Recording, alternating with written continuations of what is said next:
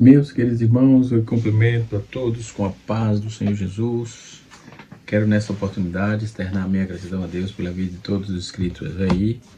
Já estamos mais de 720 inscritos, né? Você está aqui porque gosta do nosso trabalho, gosta dos nossos comentários. E com certeza Deus tem mais uma porção da sua palavra nessa lição que estaremos comentando hoje, né? Essa lição será ministrada no próximo dia 23, nós estaremos comentando a lição de número 12, estamos chegando aí ao final do nosso semestre, segundo trimestre, né? E estamos já chegando ao final, por certo, um aprendizado muito interessante, né? Nesta proposta, nesse trimestre, nós estamos estudando a carreira que nos está proposta, vem trazendo um compêndio de informação, tudo sobre a nossa carreira de fé, o início da nossa caminhada, a escolha da porta estreita e a porta larga, o céu, né, como ser conduzido a caminhada, o inimigo do cristão e etc, né? Uma variedade de assuntos pertinente à nossa caminhada. No textuário da nossa lição, nós estaremos comentando a lição de número 12, que tem como título A Bendita Esperança, a Marca do Cristão, né? O texto está em Tito, capítulo 2, versículo 17, o texto áureo diz assim: aguardando a bem-aventurança, aguardando a bem-aventurada esperança e aparecimento da glória do grande Deus, nosso Senhor e Salvador Jesus Cristo. A esperança cristã, verdade prática, é a âncora que mantém a alma do homem, do crente, firme diante dos dissabores da jornada de fé. A esperança cristã é um elemento da fé que move o crente a perseverar na carreira que lhe foi proposta pela nosso Salvador. Então, essa bendita esperança, né, na lição da classe dos jovens, também na lição de número 11, nós estudamos sobre essa questão, né, sobre a esperança, né? O assunto se equivale, é muito parecido, tá? Então, o crente persevera na carreira que foi proposta, nosso Senhor e Salvador. Ela aponta para um futuro em que o desfecho divino se revelará fielmente, aliás. Essa esperança traz uma perspectiva de vigilância para não sermos apanhados de surpresa, né?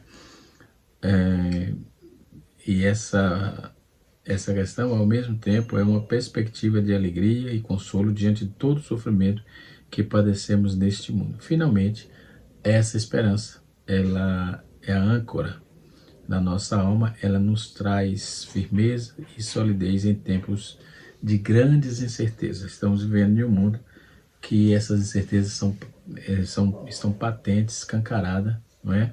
Muita mudança descabida dentro da sociedade. Existe um movimento chamado progressista, que de progresso não tem nada, só retroage, não é? E atrasa a vida das pessoas.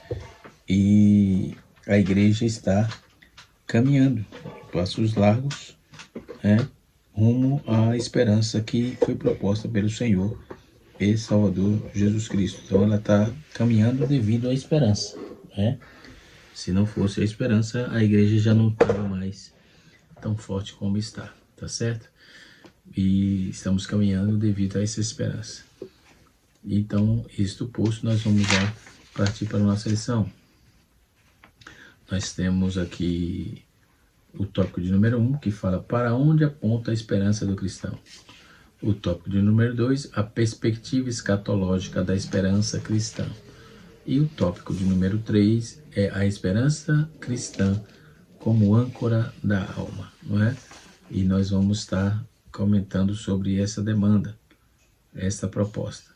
O comentarista, ele usou bastante Stanley Orton, tem esse material aqui, né? Stanley Orton.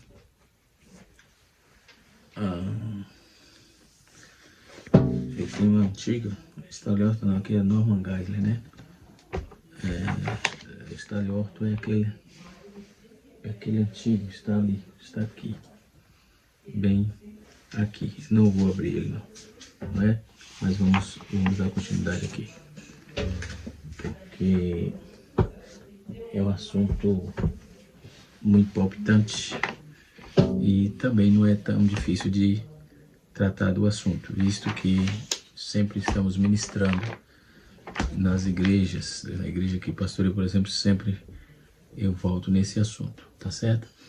O texto bíblico em classe está em Romanos capítulo 8, verso 18 a 25, que nos diz assim: porque para mim tenho por certo que as aflições do tempo presente não são para comparar com a glória que nos há de ser revelada, porque a ardente expectação da criatura espera a manifestação dos filhos de Deus, porque a criação ficou sujeita à vaidade, não por sua vontade, mas por causa da sua por causa do que a sujeitou, na esperança de que há também mesmo a criatura será libertada da servidão da corrupção para a liberdade da glória dos filhos de Deus. Versículo 22. Porque sabemos que toda a criação geme e está juntamente com dores de parto até agora. E não só ela, mas nós mesmos, que temos aí a primícia do Espírito, também gememos em nós mesmos, esperamos a adoção, a saber, a redenção do nosso corpo, porque em esperança somos salvos. Ora, a esperança que se vê não é esperança, porque o que alguém vê como esperança. O que alguém vê como esperança? Mas se esperarmos que não vemos, o que não vemos, com paciência esperamos. Se passearmos o que não vemos, com paciência esperamos. Então, como já disse, né, a esperança é um elemento da fé que move o crente a perseverar na carreira que nos está proposta, né? Desde quando o crente nasce até é convocado a viver uma vida, ele é convocado a viver uma vida de esperança. Nesse sentido, a esperança cristã tem o seu fundamento na ressurreição de Cristo. 1 Pedro capítulo 3, capítulo 1, versículo 3 e 21, e é uma obra poderosa de Deus que move a Igreja de Cristo para trabalhar pela causa do reino. Assim, a lição desta semana tem o propósito de expor o ensino da esperança cristã e quanto ele é importante em nossa caminhada, não é? A maioria das pessoas entende a esperança como um desejo, não é? Como em espera de algo que aconteça, né? Mas nós vamos ver isso que a Bíblia quer dizer com esperança. A definição bíblica de esperança é a expectativa confiante. A esperança é uma garantia firme em relação às coisas que não são claras ou conhecidas, né? Em Romanos capítulo 8, versículo de número 24 e 25, é o que nós estamos trabalhando a nossa proposta.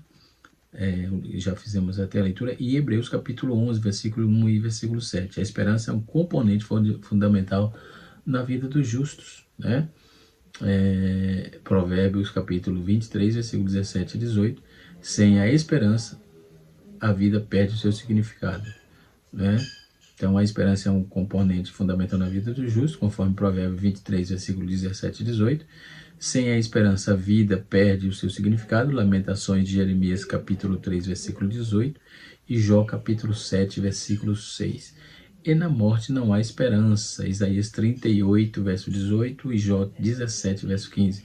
O justo que confia ou deposita sua esperança em Deus serão ajudados. Salmos 28, verso 7. E não serão confundidos ou envergonhados ou desapontados, conforme Isaías 49, verso 23. Os justos, os quais têm a esperança confiante em Deus, têm uma confiança geral na proteção e ajuda de Deus. Jeremias capítulo 29, versículo 11. E estão livres do medo e da ansiedade. Capítulo número 46 de Salmos, verso de número 2 e 3. A ideia da esperança no Novo Testamento é um conhecimento de que Cristo se encontra no cumprimento da promessa do Antigo Testamento, conforme Mateus 12, versículo 21, e 1 Pedro, capítulo 1, versículo 3. A esperança cristã está enraizada na fé divina em Cristo, conforme Paulo cita em Gálatas, capítulo número 5, versículo 5. A esperança do cristão é traduzida a experiência, né, através da esperança ou da presença do Espírito Santo prometido, conforme Romanos 8, versículo 24 e 25, e a esperança futura, a ressurreição dos mortos. Aí nós temos aí as promessas feitas a Israel e a redenção do corpo e toda a criação, conforme está escrito em Romanos, capítulo 8, verso 23 a 25, e da glória eterna, que está escrito em Colossenses 1, versículo 27. E a vida eterna é a herança dos santos, Tito capítulo 3, versículo número 5 e 7 a 7, e do retorno de Cristo. Então, toda isso aqui é a esperança do cristão. A esperança do cristão está enraizada na fé em Cristo.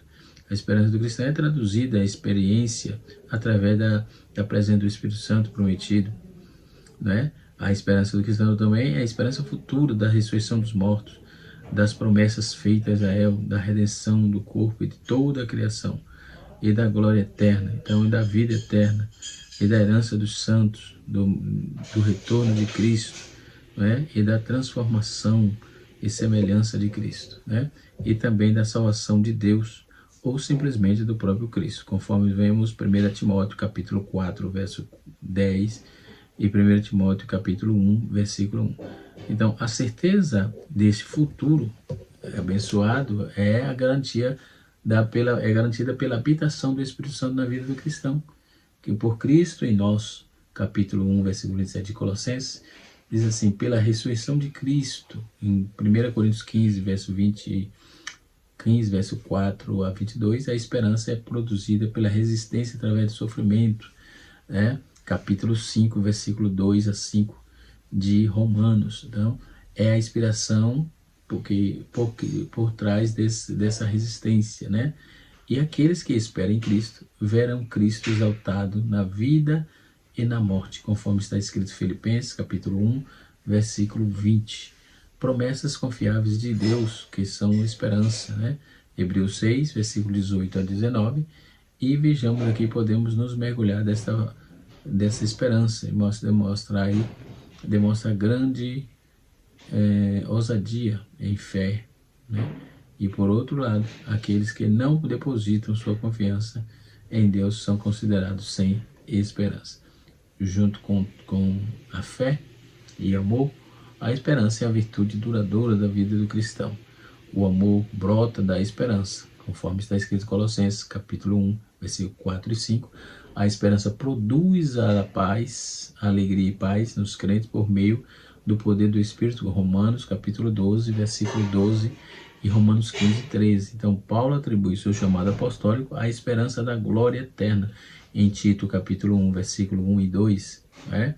A esperança no retorno de Cristo e a base para os crentes, é a base para os crentes se purificarem nesta vida. Tito, capítulo 2, versículo 11 a 14 e 1 João, capítulo 3, versículo de número 3. Então, veja que quão importante, quão gracioso é esse material, né? essa lição, essa informação, né? A esperança das cartas do apóstolo Paulo, né? O assunto da esperança cristã está bem presente nas cartas paulinas, nas cartas apostólicas de Paulo. Nelas percebemos a esperança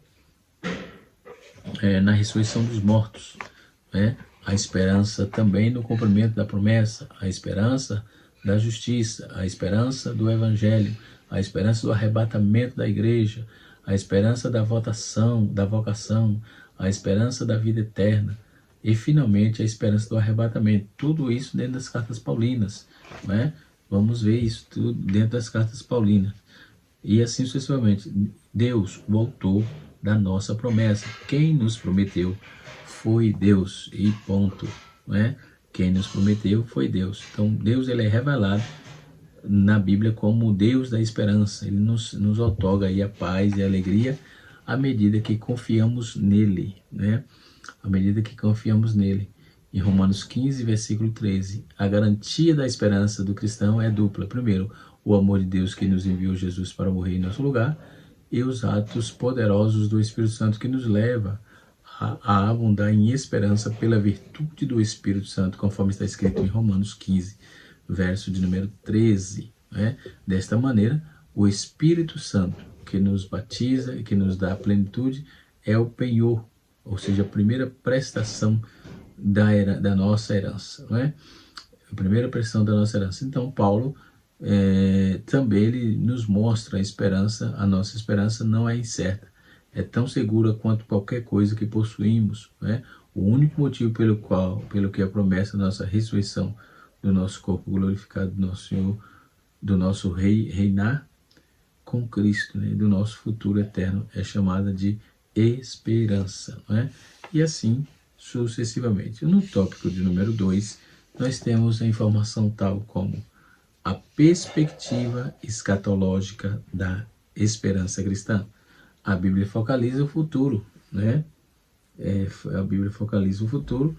A história da criação se inicia com Deus, o primeiro livro da Bíblia, em Gênesis, nos revela isso, infelizmente, ao ser desdobrar o acontecimento do início do Gênesis, o pecado provocou aí essa desarmonia, né, na criação. Entretanto, Deus age para que tudo volte a ser perfeito, equilibrado e harmônico, né? Então, isso é o que o apóstolo Paulo revela a partir da menção que faz a abrangência cósmica da morte de Cristo, né? Em Efésios capítulo 1, verso 10. Essa promessa se originou no Éden com o descendente da mulher que se revela no meio de Cristo como o fio condutor das Sagradas Escrituras, né?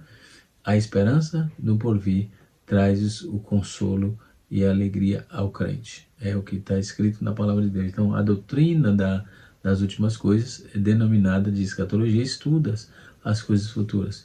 Muitos vivem com medo do futuro, do que pode acontecer com eles. Então, mas os cristãos se consolam e se alegram no que a Bíblia diz a respeito do futuro. Romanos 15, verso de número 4.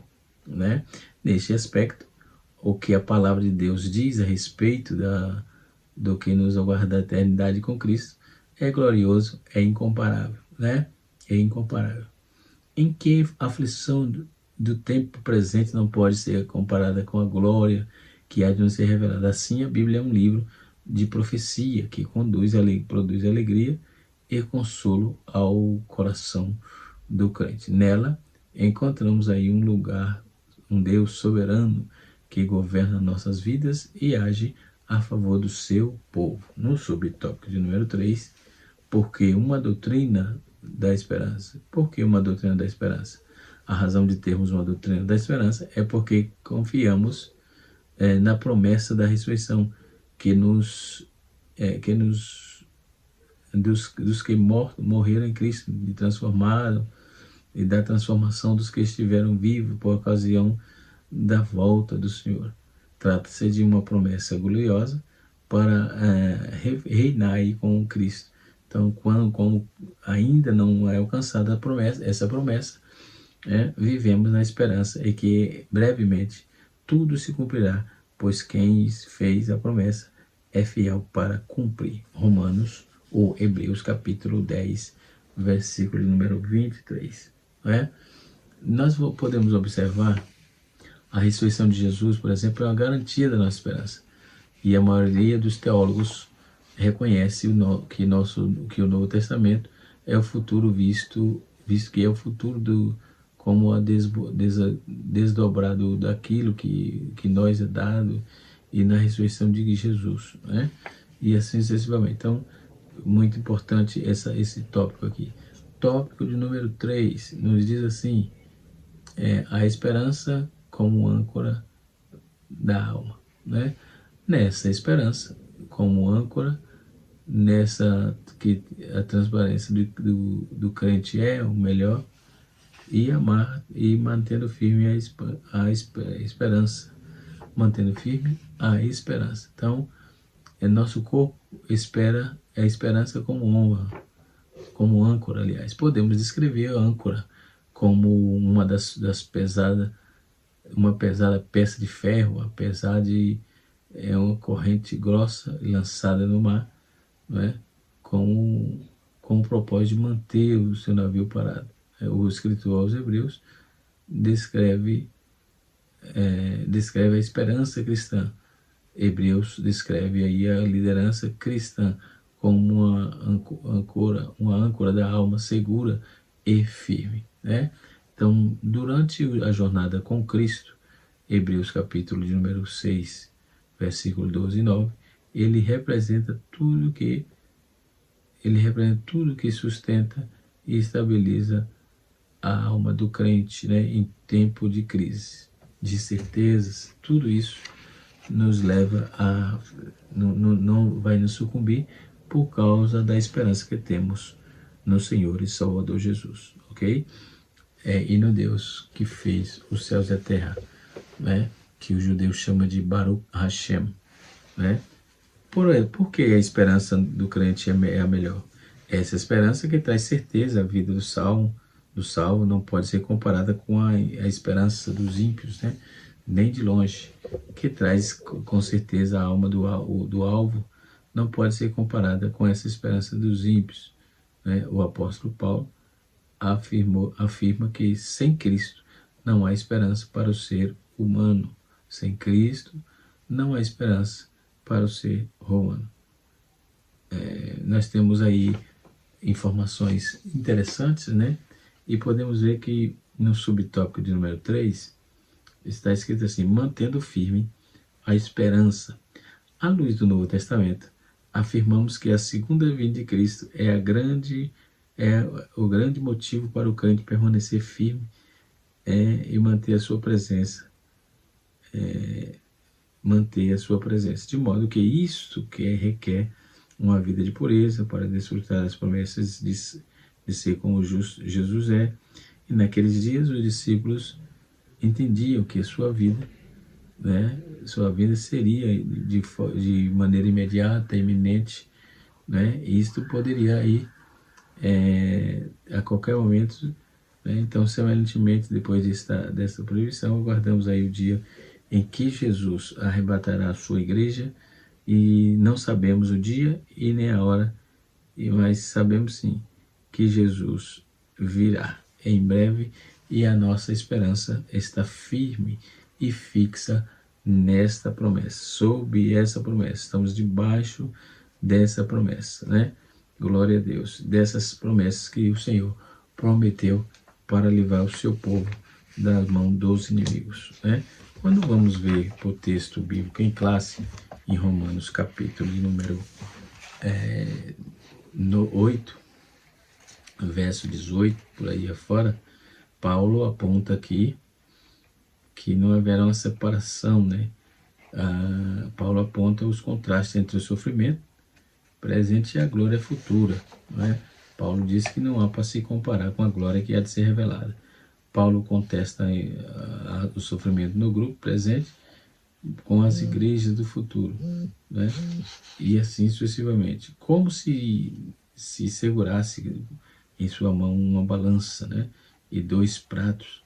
Num prato ele põe o sofrimento deste presente, no outro a glória, né, que está para ser revelada. Então, no prato ele põe o sofrimento deste presente tempo, e no odre ele coloca no outro, no caso, nesse mesmo tempo, a glória que está para ser revelada em nós. Então, o sofrimento do tempo, né, nós temos visto aqui, né, tempo presente, não são dignos de serem comparados com a glória que está revelada, né? Será que até aqui ainda não há dor, não há dor nem lágrima, há fraquezas e morre, e assim sucessivamente.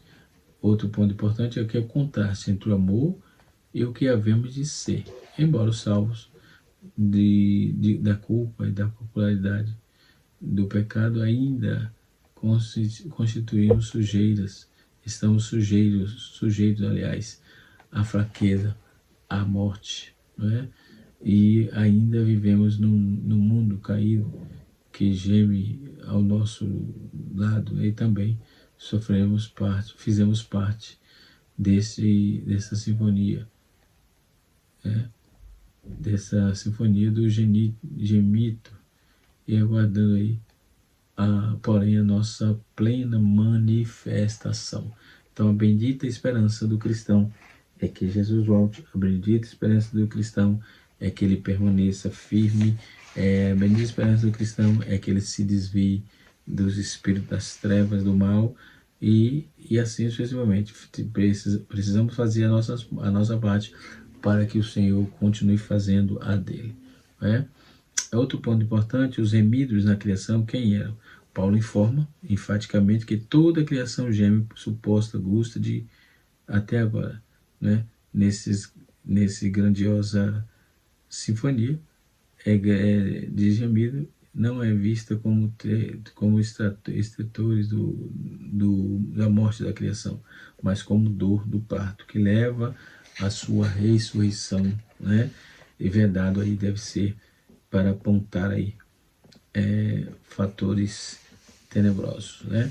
E podemos observar que Paulo ele vai fazer uma proposta aqui, 3 verdades que deve ser apontada aqui. A primeira verdade é o cativeiro da criação. Que é cativeiro da criação, Paulo se refere. Certamente ele não são os anjos, pois eles não estão sujeitos à vaidade e nem prisioneiros cativos da corrupção. Também não são os demônios, como uma vez que eles têm expectativa de manifestação dos filhos de Deus, e nem serão redimidos, conforme não serão redimidos pelo cativeiro, né? Então a criação aqui de igual forma não é uma referência aos homens, pois está sujeita a involuntariamente a conclusão inequívoca de que Paulo se refere aí à criação irracional, animal ou inanimada. Então, a queda não atingiu apenas homens, mas também a natureza, né? A queda de Lúcifer. Podemos ver que Paulo descreve aí uma situação da criação: sofrimento, vaidade, cativeiro, corrupção e angústia. E vamos destacar 3 pontos importantes aqui. Primeiro, a criação foi submetida à vaidade. Segundo, a criação vive prisioneira do cativeiro da corrupção.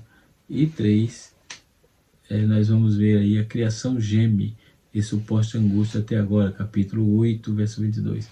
Paulo é enfático em dizer que não apenas parte mas todos a criação geme e suporta angústia até agora, né?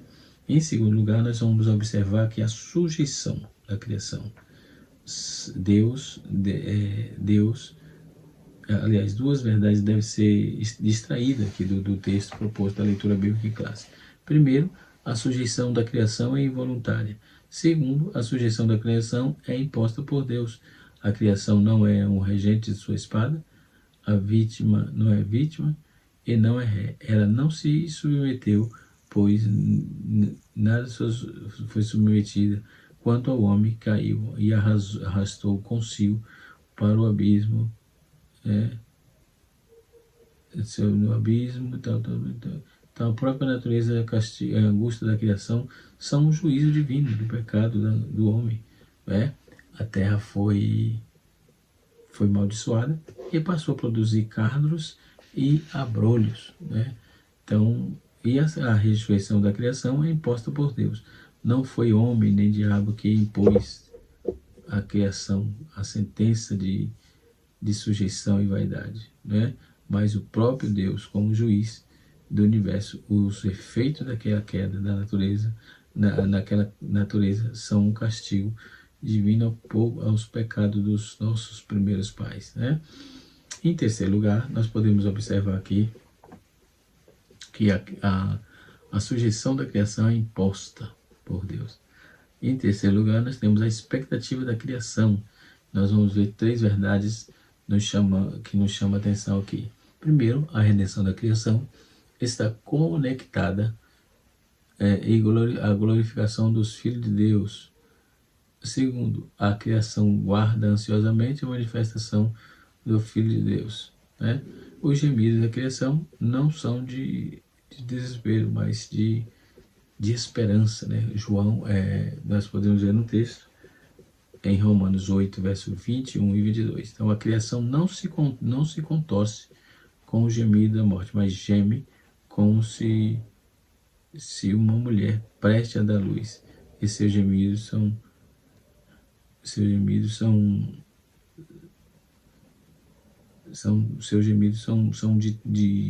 não são de desespero, mas de gloriosa expectativa, né? Não é de desespero, não. É nossa glorificação, nossa veneração ao Senhor, nosso Deus, né? Ao Senhor Jesus Cristo, né? Então tudo isso porque nos livrou da escravidão, da decadência, né? Do lugar à liberdade, no capítulo 8, verso 22, as dores de parto seguirão nas alegrias do nascimento, né? Portanto, haverá continuidade e descontinuidade da regeneração do mundo, né?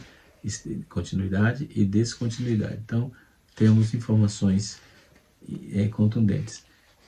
O Elia Hendricks disse assim, que essa transformação incluirá a harmonização. A ausência da natureza não é capaz de harmoniar.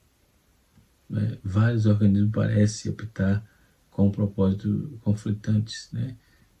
Que estrangulam uns aos outros até a morte. Né? É um negócio tenebroso. E depois nós temos aí os gemidos das igrejas, ou seja, quando vão ver, Paulo passa dos gemidos da velha criação para os gemidos da nova criação, né? Para os gemidos, nós vamos ver que a velha criação, para os gemidos da nova criação, dos gemidos da natureza, que os gemidos da igreja, dos gemidos da criação de Deus para os gemidos dos filhos de Deus. Então, com respeito aos gemidos, nós vamos ver que gemido da igreja tem 3 verdades que precisamos destacar aqui. Já vou terminar para o vídeo não ficar muito longo, né? Mas vamos lá. Em primeiro lugar, os gemidos da igreja não são gemido de desespero, mas de esperança. Segundo, nós podemos ver que o segundo é o gemido da igreja, não são da morte, mas de vida. Né? E terceiro, o gemido da igreja não são daquilo que se vê, mas o anelo do que se não vê. Romanos capítulo 8, versos 24 e 25. Que Deus em Cristo nos abençoe, que Deus em Cristo nos ajude. E até a próxima aula, se Deus assim nos permitir. Canal Rascunho DVD, ensinando para transformar vidas.